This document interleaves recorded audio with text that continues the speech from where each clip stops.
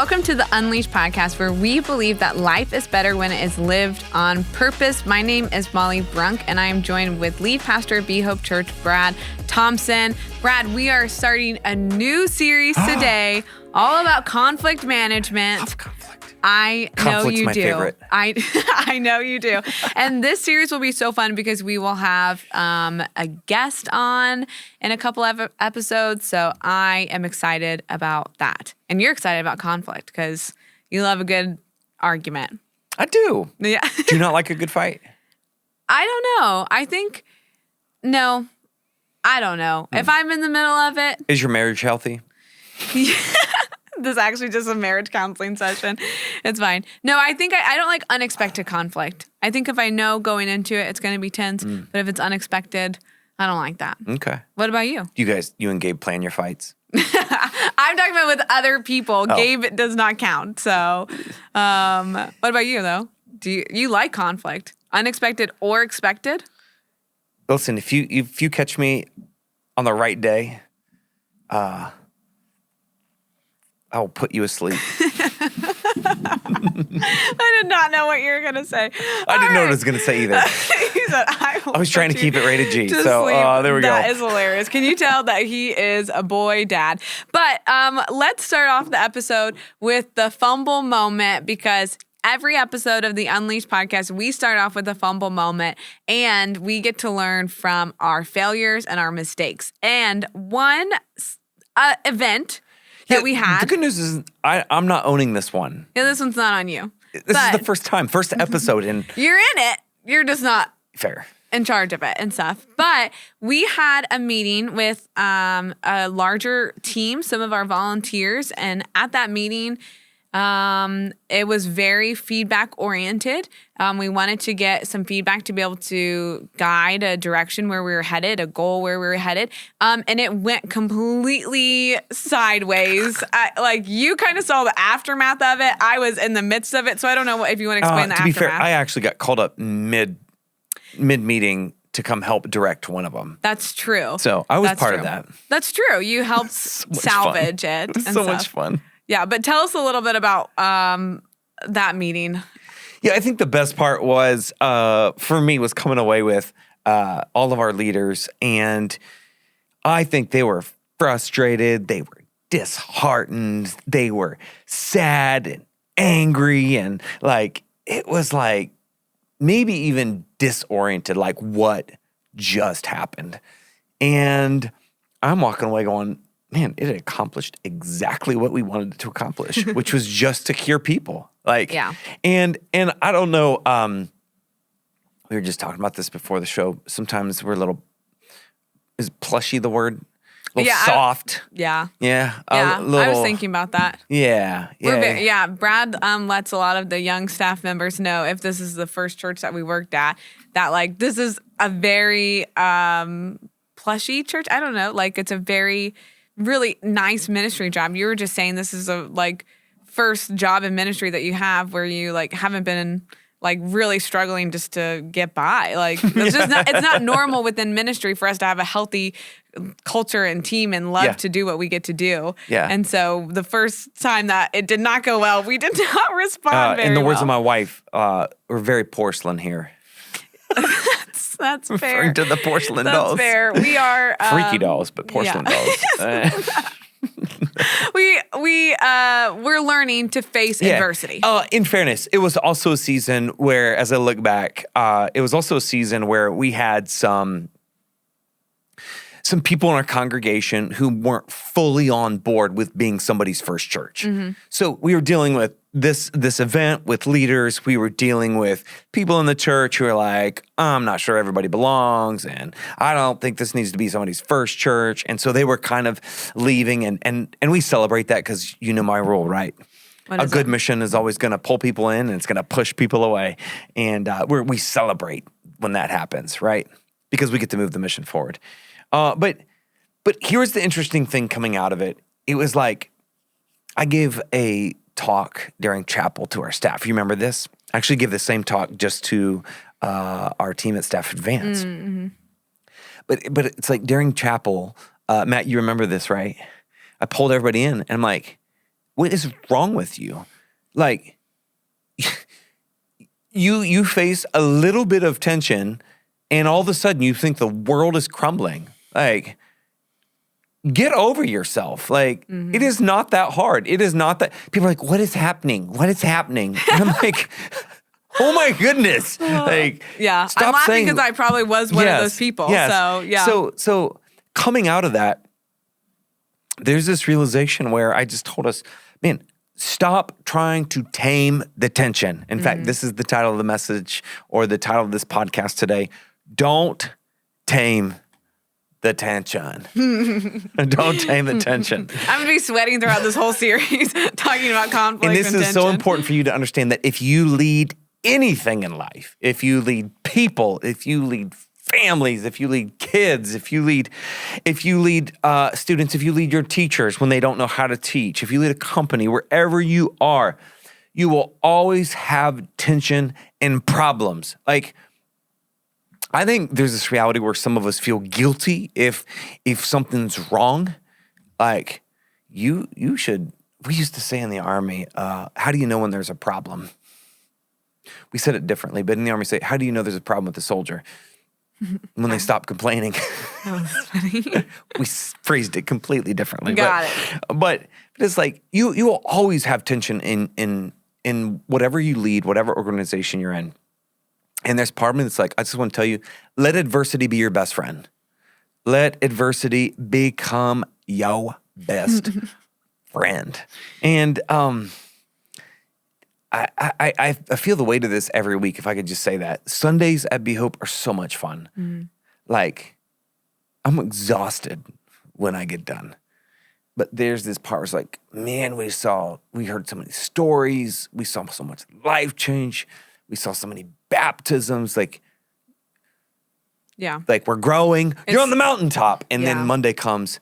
And I gotta be honest, there's some Mondays I just dread it because it's like, oh, what problem are we gonna have to solve? Like, what system is breaking now that we need to get figured out? And in sales, we used to say, at the end of the month, you go from hero to the beginning of the month, you're a zero. And a lot of times when you lead, that's how you will feel.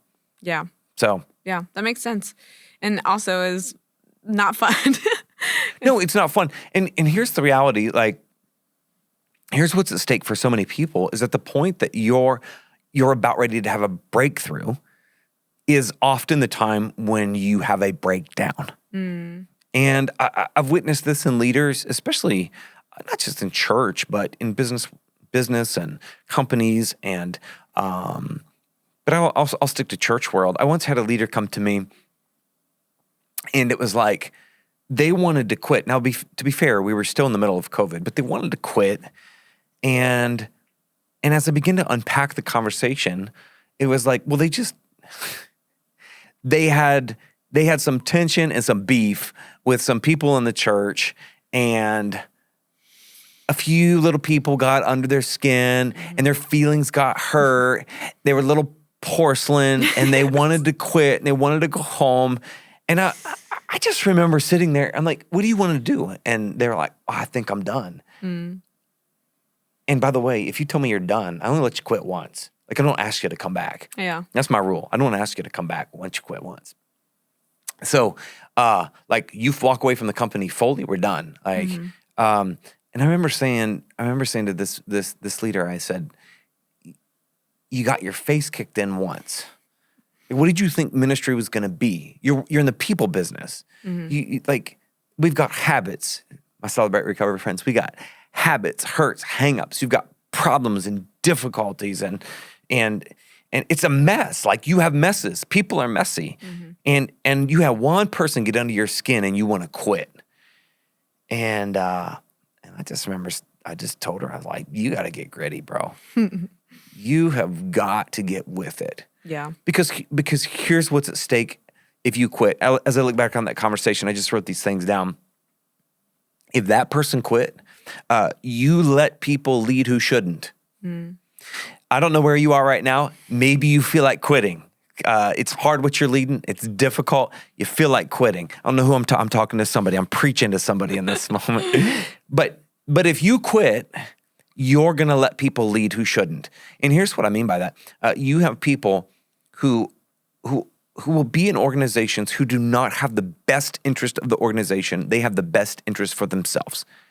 And those are inevitably are always the people who will take over the moment you quit. Yeah. And we forfeit the mission at a moment where it's critical. Second thing that I need you to understand what's at stake is you'll let your circumstances influence your calling.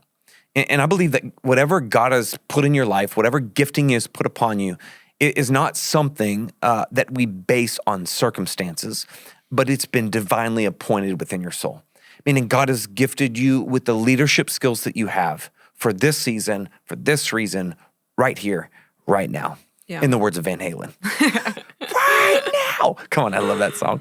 So like your calling is not circumstantial. And so many times we allow our circumstances to shape the calling that we face. It's kind of the same concept with joy. We talk about joy is not circumstantial. Joy is who we are, right? Same concept there. The last thing, if you quit now, what's at stake is you will forfeit the future that's in front of you. I don't know how to say it any other way than just to say it like that. Yeah. No, that's good. So how would you discern between adversity and feedback that you need to be held accountable or that you need to own?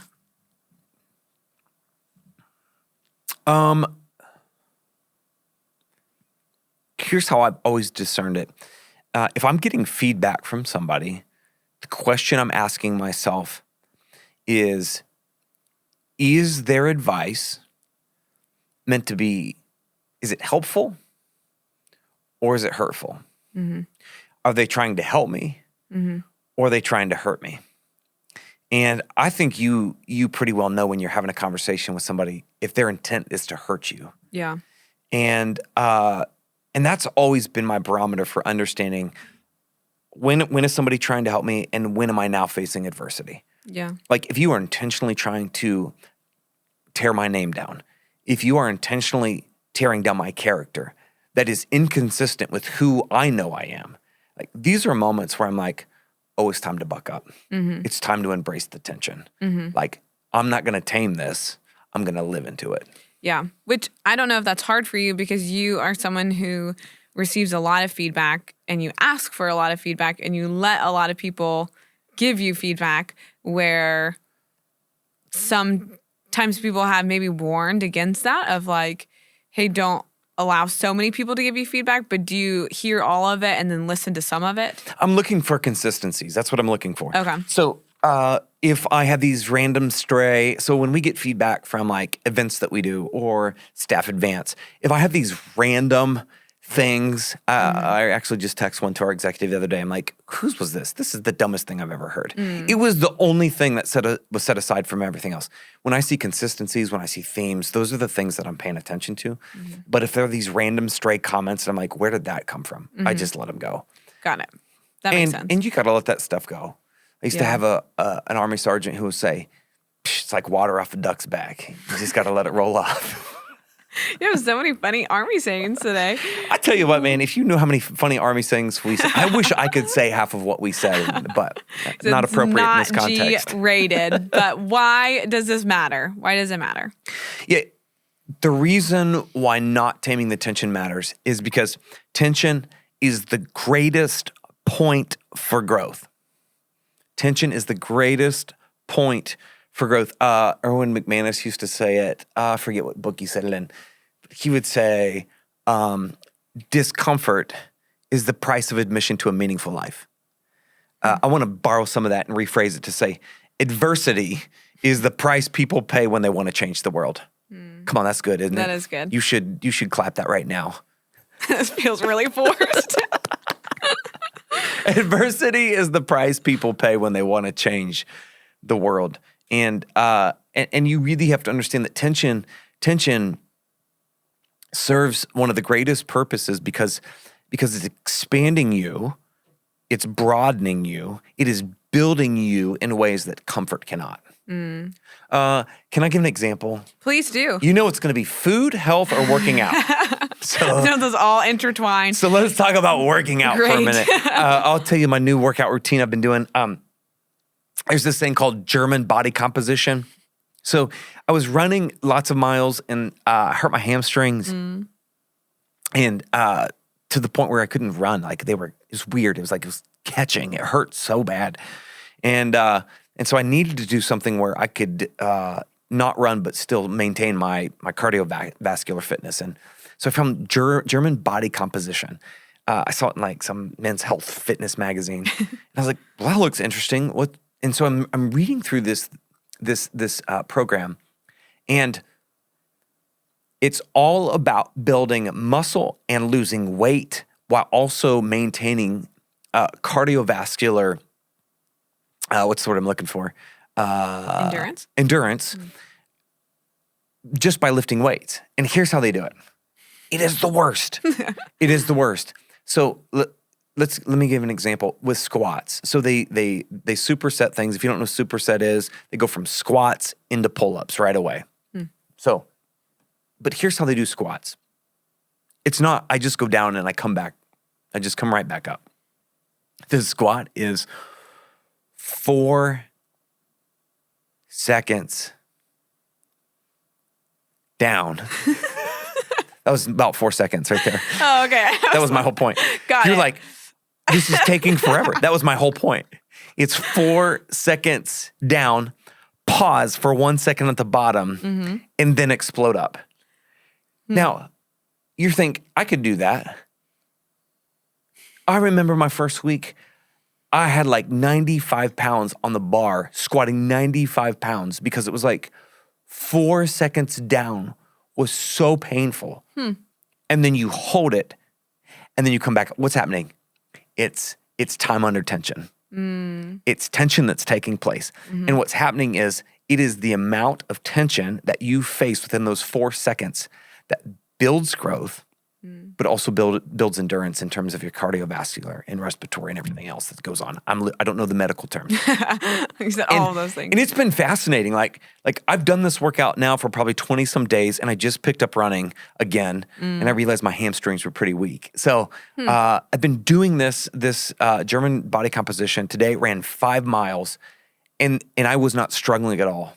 Wow. Like, because the tension is what allows for growth. Got it. That's a good example. It makes me think of, I've been watching a show where they had to like do a pull-up to get to like this next level or something. And I was like, I would be out. I can't. Wait, is this the celebrity the boot special camp? agent, yeah, the special forces gotta one. watch this. I cannot do a pull-up. So if I like, is like life or death, you have to do a pull-up, I'm out. So sorry. But okay, what can people do to manage the tension? Well, I want to go back real quick to tension is the greatest point for growth, because out of the meeting with our team, like when our team was frustrated and disoriented, and they were so like, oh my goodness, you would have thought like somebody had died in their life. Like, I was like, why are we moping around? The interesting thing that came out of that, this is so good. Like, I think in some ways it was a breakthrough for our team, because what was happening is people were talking about a thing, but it was just the symptom. It wasn't the problem. And the beauty of that was coming out. We realized, oh, it's there's a thing behind the thing. Yeah. Like I can't give specifics because then we'll Yeah. But it's the thing behind the thing. And what everybody was talking about was not the problem that we actually faced. What we faced was a leadership problem. It wasn't the thing problem they were talking about. It was something below that. And what was great was coming out of that. It was like, well, we could get our feelings hurt and walk away and cry, or we could acknowledge, oh, we have so much opportunity for growth when it comes to being better leaders. And I think that was the joy of that was, oh, there's growth that's going to happen because we were under tension for so long. Yeah. No, it was good. It was hard. You make it sound like you're so not empathetic about any of that, but your hamstrings are I had a cramp. I was like, you okay? So much for the 5 miles. I know. But you sound so like unempathetic in this, but you're like, I feel like a filthy liar because when we're like all sad about it, you're like, guys, it's okay. Like you're so nice to us, but Well, I did give an inspirational speech. you did. You didn't leave us there, which is your empathy. So Yep. Okay, so let's go to it. What can people do? What can people do when you're under tension? The first thing is you have to pay attention to the tension. Other leaders have said it this way. This is attention to manage, not attention to solve. I like to say, pay attention to the tension. Some of the best advice I ever received in an interview when I was getting my certification ordination for ministry, I remember a pastor asking me, what do you want to accomplish as a pastor? And I remember sitting there saying, I want to accomplish balance. I want to be balanced. I want to be balanced in ministry. I want to be balanced with my family. And he said, yeah, that will never happen. And that was some of the best. He said, that is not something you need to solve. You always have to pay attention to the tension, meaning what needs my attention in this season? Because sometimes the church needs more, sometimes my family needs more. I have to pay attention to which. It's also like, I would always have these moments where like you're on a platform every week and people would say like, are you paying attention to your ego? Like, and I'm like, if you really knew how I felt about my own speaking and my own abilities, you wouldn't worry about that. But I said, the moment you need to begin to worry about ego is the moment that you're no longer paying attention to it. Mm-hmm. The moment that any thought about ego goes away is the moment that you have a big ego. So number one, in the tension, pay attention to it. Pay attention to the tension so you can manage it. Mm-hmm. What's number two? Number two, I always like to ask this because it comes out of Scripture. This is my take on how I read Scripture. But in the tension, we ask, what's the redemptive part of the story? Mm-hmm. What's the redemptive part of the problem? I'm going to use Bible stuff for just a second. Is that okay? Do it. People will look at the Old Testament and talk about God being an angry God. And Joshua is always a good example when he, decimated Jericho. Yeah. Yeah. It's interesting stuff. And then I hear people say, God's an angry God. Why would he do that? I always tell people, well, you have to ask, what's the redemptive part of the story? Mm-hmm. The redemptive part of the story is Joshua meets an angel beforehand and said, are you for us or are you for them? And the angel said, neither. Mm-hmm. God's for both sides. Yeah. The redemptive part of the story is that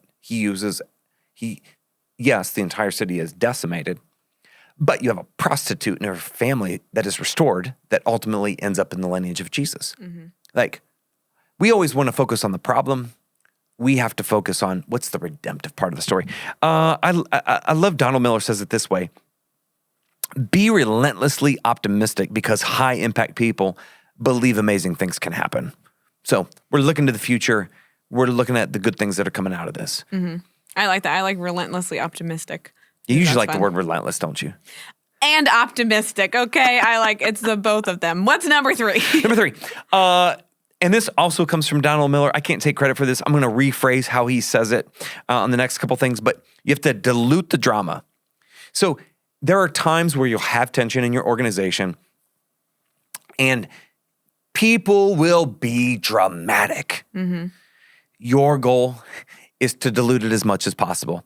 And here's one of the things I've tried to do. It's one of the things I've in my own leadership in moments where we've had high drama experiences. I don't think we've had a lot here, but I've been in places where we have.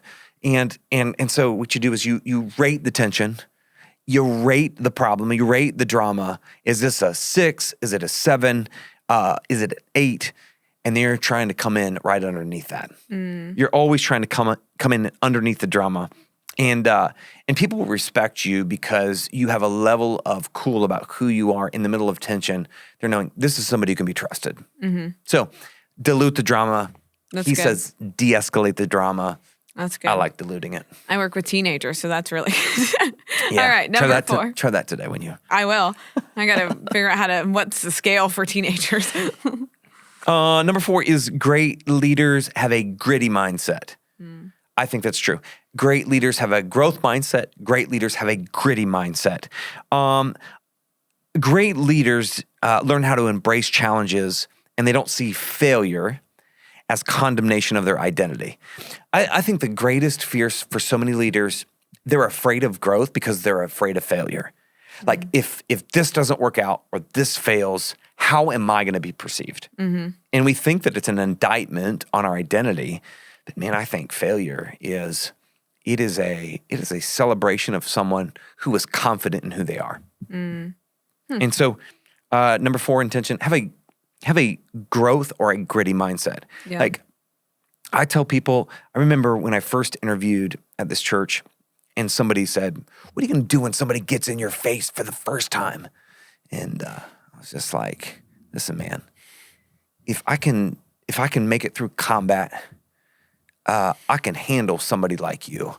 And somebody on our, funny. this was in the interview process. And later Not on, here, somebody, right? no, not here. Okay. And somebody on our board later on said, "I remember the moment you said that." I was like, this is not the guy to mess with. My mentality has always been, I'll be the last man standing. I will be you can fight with me as much as you want, but I'm so gritty and determined that I'll be the last one here.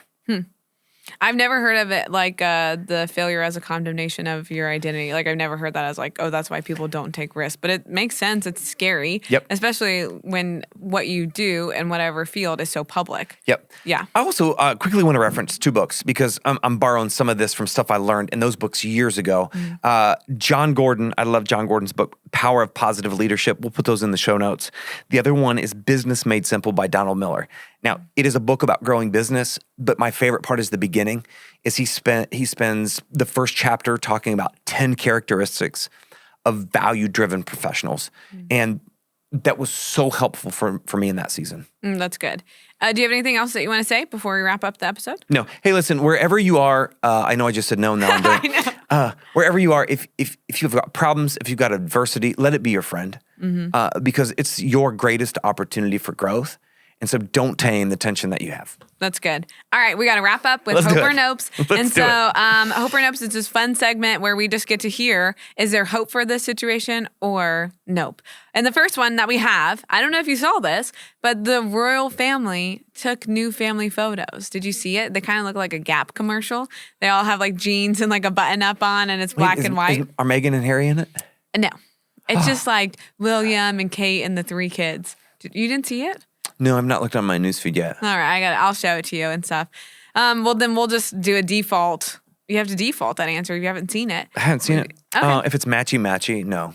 You don't like matching photos? I kind of do. They all have button-ups on and jeans, and it looks like there's a Photoshop edit because of kids missing a finger. So Okay. Well, hey, while you're getting to the next ones, you're I'll gonna look it up. Okay, you look it up. The next one is cruises, which I feel like they go against everything that you stand for because you're like on a ship, stranded in the middle of somewhere, and you have no control over the situation.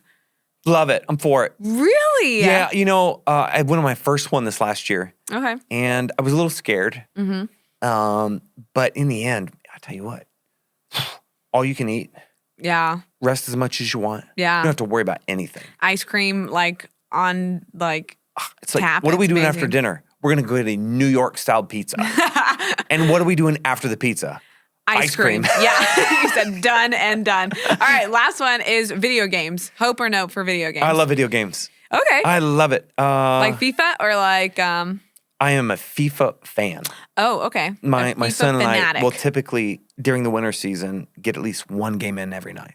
That's fun. Yeah. And it usually ends up him pushing me over because I'm old and I don't have balance anymore. Any tears? Does it ever end in Always tears? tears. Oh. Somebody always ends up in the room. You said someone's always crying. All right. And it's usually them because I win. Well, I was hoping that was going to be you, actually. You said it's usually me, but no, that wraps up our first episode on conflict management in this new series, and we're just so grateful that you listened today. Make sure that you like and subscribe and share it with everyone in your sphere of influence, and we will see you back here for the next episode.